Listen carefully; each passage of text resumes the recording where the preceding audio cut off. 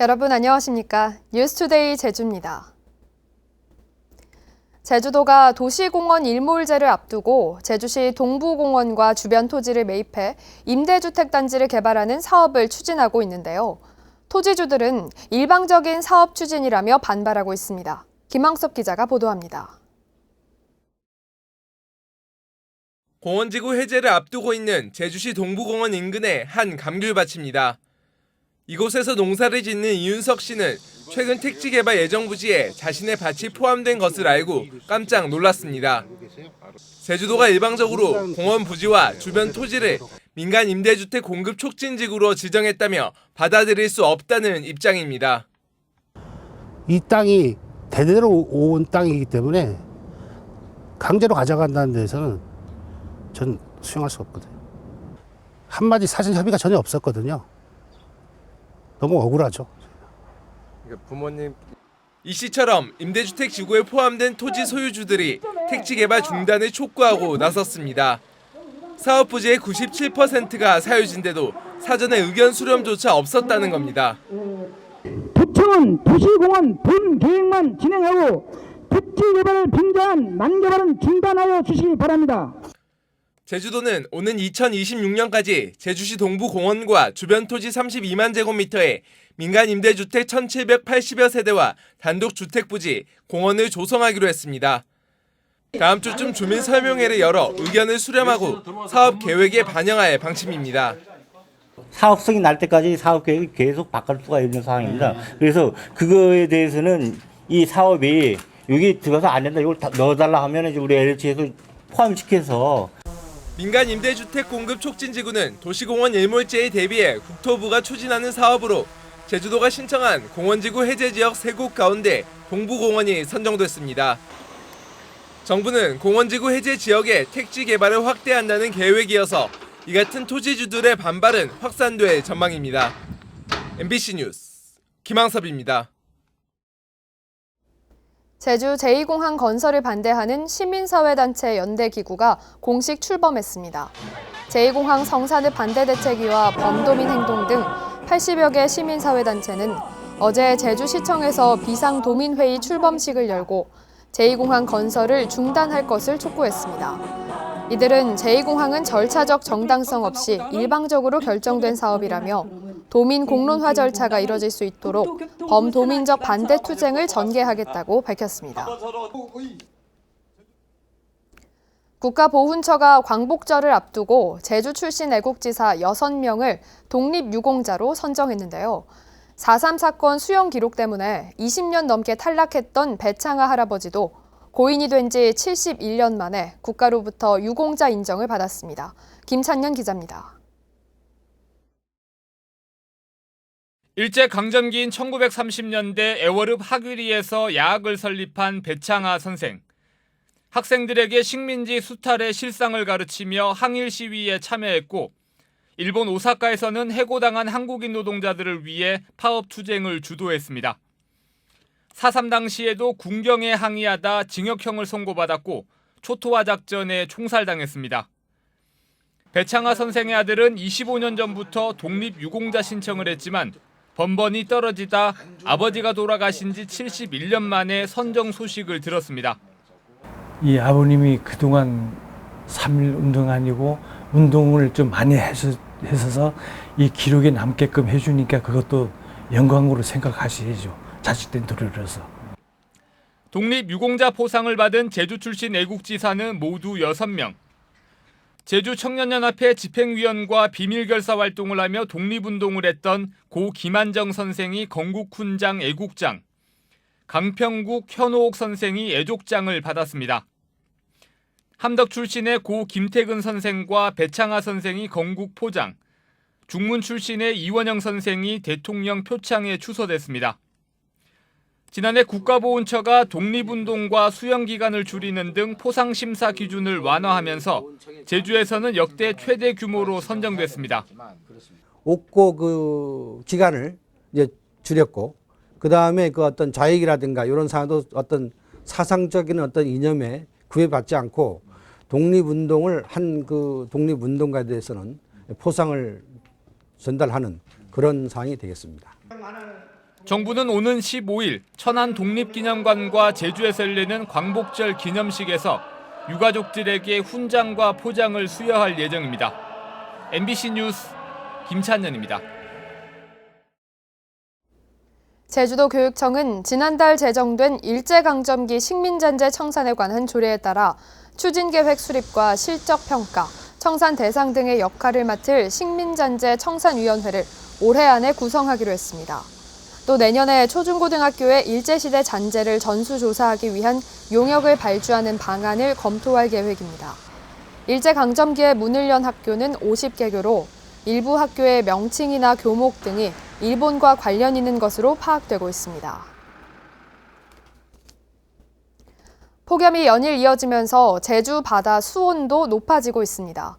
고수온 관심 단계가 보름 이상 이어지면서 양식 넙치들의 폐사가 급증하고 있습니다. 이소현 기자입니다.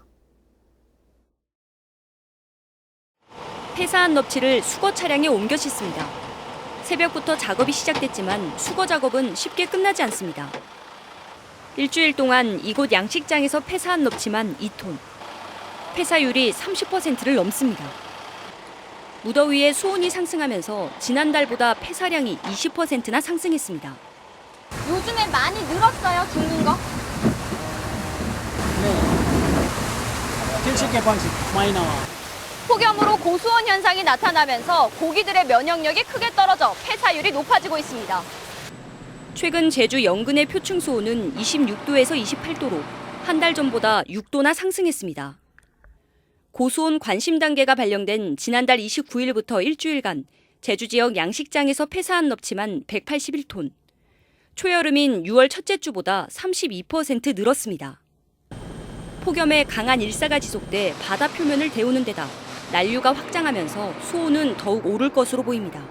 영근해가 지금 수온 분포대가 28에서 29도씨로 나타나고 있어서 태풍 통과 후에는 폭염이 지속될 경우에 29도씨까지 이상 상승할 걸로 보이고 있습니다.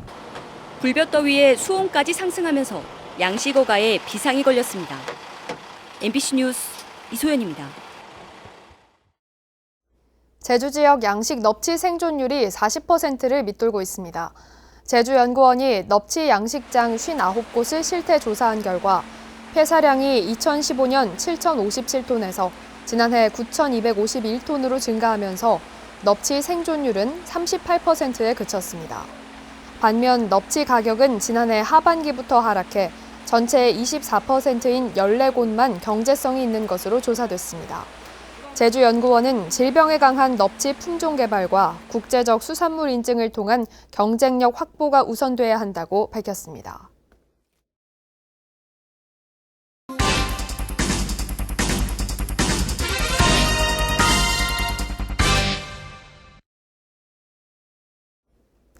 안전한 먹을거리에 대한 관심은 늘고 있지만 친환경 재배는 줄고 있다는 소식, 이 시간에 전해드렸는데요. 문제는 유통 구조에 있습니다. 재배는 권장하지만 정작 친환경 농산물에 특화된 유통 시스템이 없다 보니 농가들이 어려움을 겪고 있습니다. 박주연 기자가 취재했습니다. 이른 아침 도매 시장에서 과일 경매가 이루어집니다. 제주에서 생산된 과일들을 중도매인들이 낙찰받아 전국으로 유통하는 구조입니다. 대부분 관행농법으로 재배된 농산물이지만 친환경 농산물들도 간간히 이곳에서 거래됩니다. 하지만 상대적으로 친환경 농산물의 생산 단가가 높은 데다 모양도 좋지 않아 제 가격을 받기가 쉽지 않습니다. 품위 자체가 낮아 버리니까 예를 들어 못생긴 모양의 이제 과일이나 채소 부분이나 이런 부분이 있어 버리니까 중매인들이 이제 아무래도 이제 가격 자체가 낮게 측정되는 부분이 있습니다. 전용 공판장이 없다 보니 친환경 농산물 대부분은 생활협동조합 등을 통해 전문 매장에서 거래되고 있습니다. 계약 재배를 통해 정해진 가격으로 소비자 조합원에게 공급하는 방식이지만 친환경 농산물 전체 생산량의 40%를 소화하는 데 그치고 있습니다.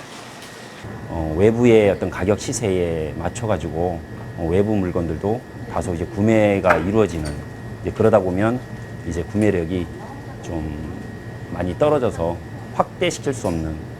나머지는 학교 급식이나 직거래를 통해 거래되지만 급식의 경우 농가 마진이 적고 직거래 역시 물류 부담이 만만치 않은 상황. 이 때문에 친환경 농산물을 전문으로 하는 유통 조직의 필요성이 커지고 있습니다. 감귤이라든지 겨울 채소라든지 제주만의 특성화된 품목을 전국 산지에 원활히 공급하기 위한 광역 단위 유통센터가 절실히 필요하다고 봅니다. 정부나 지자체에서도 농업의 지속 가능성을 위해 친환경 생산은 권장하고 있지만 유통 체계에 대한 혁신 없이는 친환경 농업의 확산은 쉽지 않아 보입니다. MBC 뉴스 박주연입니다.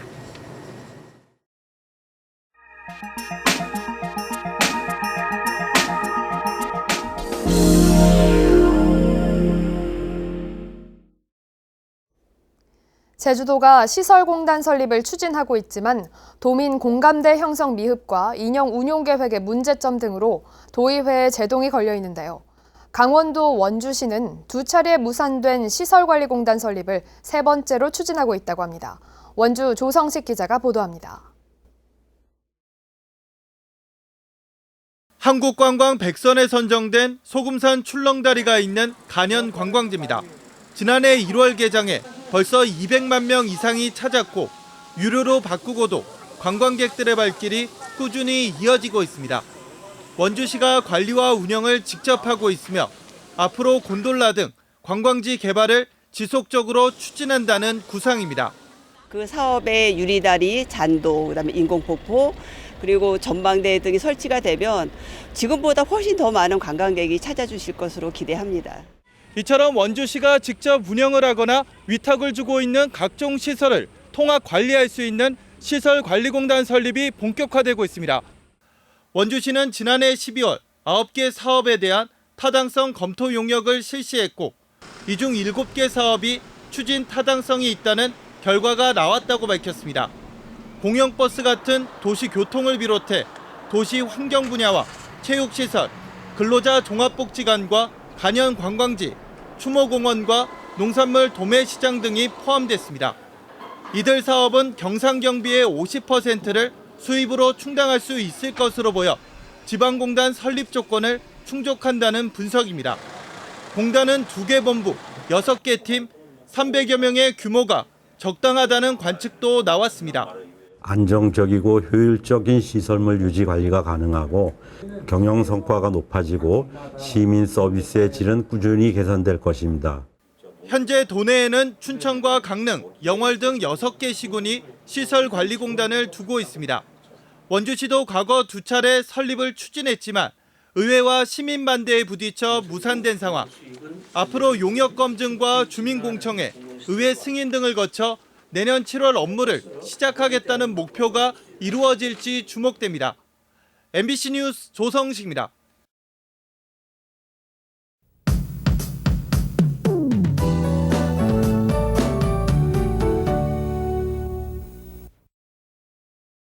수요일인 오늘은 구름 많다가 차차 흐린 날씨를 보이겠습니다. 10호 태풍 크로사의 가장자리에서 만들어진 구름대의 영향으로 남부를 제외한 제주도엔 비가 내리겠는데요. 오늘 밤 산지를 시작으로 내일 낮까지 5에서 40mm가량의 비가 오겠습니다. 태풍의 이동 경로에 따라서 예상되는 강수구역과 강수량이 달라질 수 있으니까요. 기상정보를 주의 깊게 살펴보시는 게 좋겠습니다. 현재 제주시엔 폭염주의보가 발효 중인 가운데 강한 일사가 더해지면서 낮 기온이 32도 내외로 올라 매우 덥겠습니다. 서귀포 일대도 오전 10시를 기해 폭염주의보가 내려지겠는데요. 열대야도 지속되고 있는 만큼 더위 대비 건강관리 잘해주셔야겠습니다. 다음은 자세한 지역별 날씨입니다. 현재 기온 남부가 27도를 가리키고 있고요. 북부와 서부, 동부가 26도를 보이고 있습니다. 낮 최고 기온은 남부가 32도까지 오르겠고 북부와 서부 동부는 31도로 예상됩니다. 이 시각 섬 지역의 기온은 26도 선에서 출발하고 있고요. 오늘 구름 많은 가운데 우도와 비양도 그리고 추자도엔 폭염특보가 발효 중이라는 점 참고하시기 바랍니다. 현재 제주도 남쪽 먼바다엔 풍랑 예비특보가 발표된 가운데 바다의 물결은 제주도 남쪽 먼바다가 2에서 4m로 매우 높게 일겠습니다. 항해나 조업하는 선박은 주의하시기 바랍니다. 오늘 아침 제주공항은 구름 많은 가운데 항공편은 정상 운항되고 있습니다. 주간 날씨입니다. 내일 비가 그치고 나면 이번 주는 대체로 구름 많은 날씨를 보이겠고요. 낮 기온이 좀처럼 떨어지지 않아 더위는 이어지겠습니다. 날씨였습니다.